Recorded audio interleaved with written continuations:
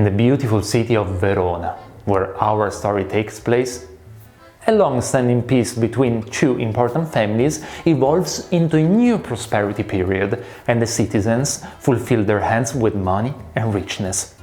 Two lucky children of this friendly family fall in love and get married. This increases their parents' happiness. For the next 2 hours, we will watch the story of their happy love and their parents' friendship, which nothing but the young couple's love could increase. Would you be interested in watching 2 hours of such a story? I bet that most of you wouldn't. The little monologue I've recited before was the first act's prologue from Romeo and Juliet.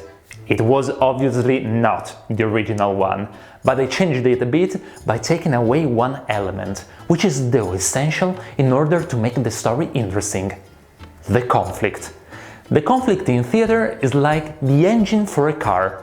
If there's no engine, the car will not move 1 inch. Okay, let's say that Romeo goes to Juliet's father and asks, "May I date your daughter?" And the father, "Yes, sure, no problem, go ahead." Curtain! The show would end immediately. Yes, I mean, Romeo and Juliet are teenagers. How long is such an infatuation between teenagers supposed to last, in your opinion? No more than 2 weeks. Romeo gets tired of Juliet's inclination for poetry and comes back to Rosaline. Juliet would maybe cry on her bed for 1 week and then fall in love with Benvolio. But you understand well that Juliet's family no to her relationship with Romeo was the engine which fed the fire of tragedy. So, the conflict is the essential element which creates dynamic. Every single theater play can be summarized with this statement: a character wants to achieve an objective, but something or somebody hinders him. That's okay with tragedies, but what about comedies? There is a happy ending, you might think. Okay, let's talk about comedies. What is that makes people laugh most in comedies? A character who cannot achieve an objective due to an obstacle. An actor can literally make the audience laugh to tears with a well-built conflicted series of events. There is no exception whichever the theater style.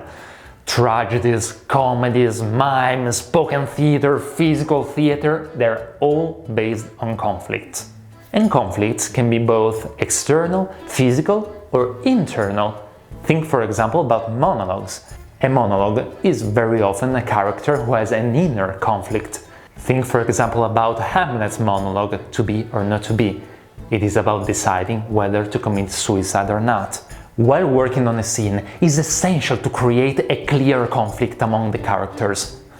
Very often I see the tendency among my students to be polite because they don't want to hurt their partner on stage.